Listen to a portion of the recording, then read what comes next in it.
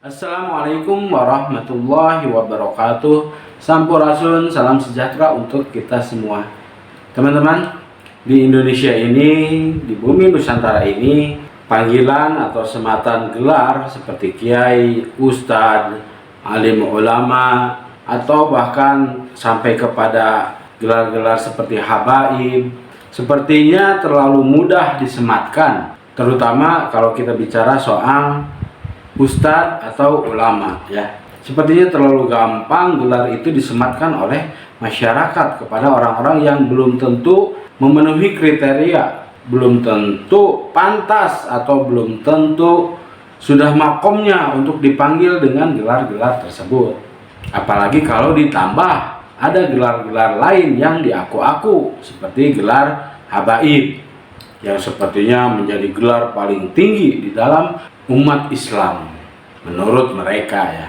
Kenapa saya berbicara hal ini? Karena ternyata ada tokoh yang selama ini digembar-gemborkan, ya, berkoar-koar sebagai seorang ulama, seorang alim, bahkan seorang habaib, seorang pejuang juga katanya, ya, yaitu seorang Bahar bin Smith. Di waktu lalu kita sudah ketahui bersama kabarnya dia membaca kitab kuning dengan metode yang aneh, dengan metode membaca dari kiri ke kanan.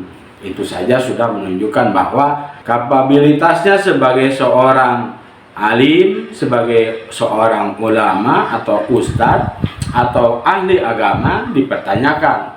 Lalu kemudian ada lagi yang mungkin teman-teman belum tahu, ya. Kita kenal selama ini ada beberapa permainan ketangkasan, yang salah satunya adalah permainan capit boneka. Sepertinya kita sudah seringlah melihat, ya, di tempat-tempat permainan anak-anak, permainan-permainan seperti itu. Dan ternyata MUI sendiri sudah menetapkan bahwa permainan tersebut adalah tergolong kepada permainan judi, artinya haram hukumnya. Bahkan seorang yang salah satunya yang saya ketahui adalah ada Buya Yahya yang juga sudah membuat pernyataan bahwa permainan capit boneka seperti itu termasuk ke dalam aktivitas judi. Dan ternyata seorang Bahar Smith memainkan permainan ini, saudara, ya. Seorang yang katanya alim ulama, seorang habaib, main judi.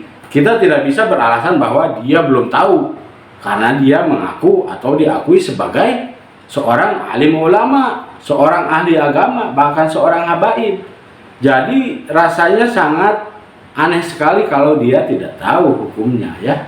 Tapi ternyata dia memainkan permainan tersebut. Terlepas dari itu hanya refreshing atau bersantai, tetap saja kalau sudah dikategorikan sebagai sebuah aktivitas judi, ya hukumnya sudah haram. Saya pribadi melihat fakta ini semakin yakin bahwa orang ini bukan seorang alim ulama. Bahkan untuk menyebut seorang ustadz pun saya masih ragu. Apalagi sampai harus mengidolakannya, apalagi harus menjunjung tinggi dia, apalagi harus memuliakan orang seperti ini. Ogah banget gua mah, Lur. Kalian mau menganggap dia sebagai seorang alim ulama, seorang habaib, keturunan Rasulullah yang harus kita puja-puji, harus kita muliakan? Jawabannya terserah Anda. Oke, untuk kali ini hanya sekian yang saya ingin sampaikan. Semoga menjadi sebuah informasi yang bermanfaat untuk kita semua, ya. Walafu minkum wabillahi taufiq wal hidayah. Wassalamualaikum warahmatullahi wabarakatuh. Sampurasun.